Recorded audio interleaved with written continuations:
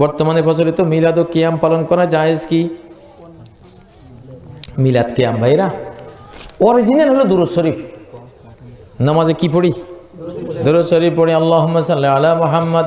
একবার পড়লে 10 বার রহমত নাজিল হয়, 10টা গুনাহ ক্ষমা হয়, 10টা মর্যাদা আল্লাহর কাছে বৃদ্ধি হয়। কি সুন্দর দুরূদ শরীফ সাল্লাল্লাহু আলাইহি ওয়াসাল্লাম। সহজ জিনিস, যেটা যত বেশি দরকারি সেটা তত বেশি সহজ হয়। নবীজির নাম শুনলে যে নবীজিকে দুরূদ দিল না, সে হলো দুনিয়ার বড় কৃপণ, আসল কৃপণ, বখিল। নবীজির নাম শুনলো কিন্তু দুরূদ শরীফ পড়লো না, মিলাদ শরীফ পড়লো না, এটা তো কয় নাই। যে আমার নাম শুনিয়ে মিলাদ শরীফ পড়ে নাই সে বখিল, এটা তো কয় নাই। কি পড়ে নাই কইছে? দুরূদ শরীফ। নামাজে কি মিলাদ পড়ি না দুরূদ পড়ি? ও মুসলমান, দুরূদ পড়ি, এটাই হলো আসল জিনিস। সাল্লু আলাইহি ওয়া সাল্লিমু তাসলিমা।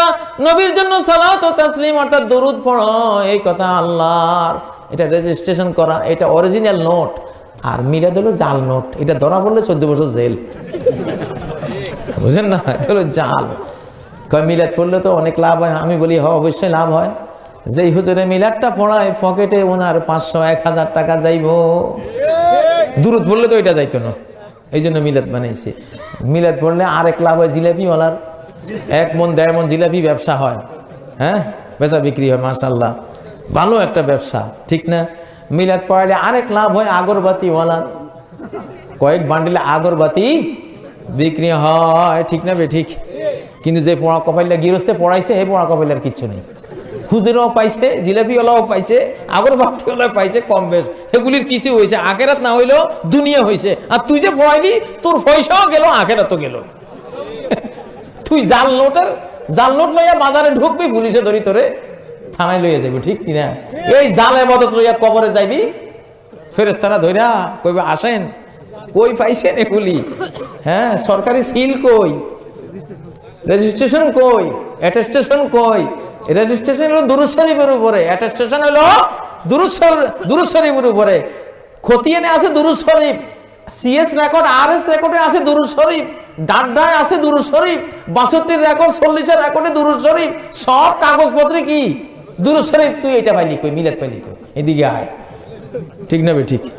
হ্যাঁ, ও মুসলমান, ঠকেন না, ঠকার কাজ করেন না।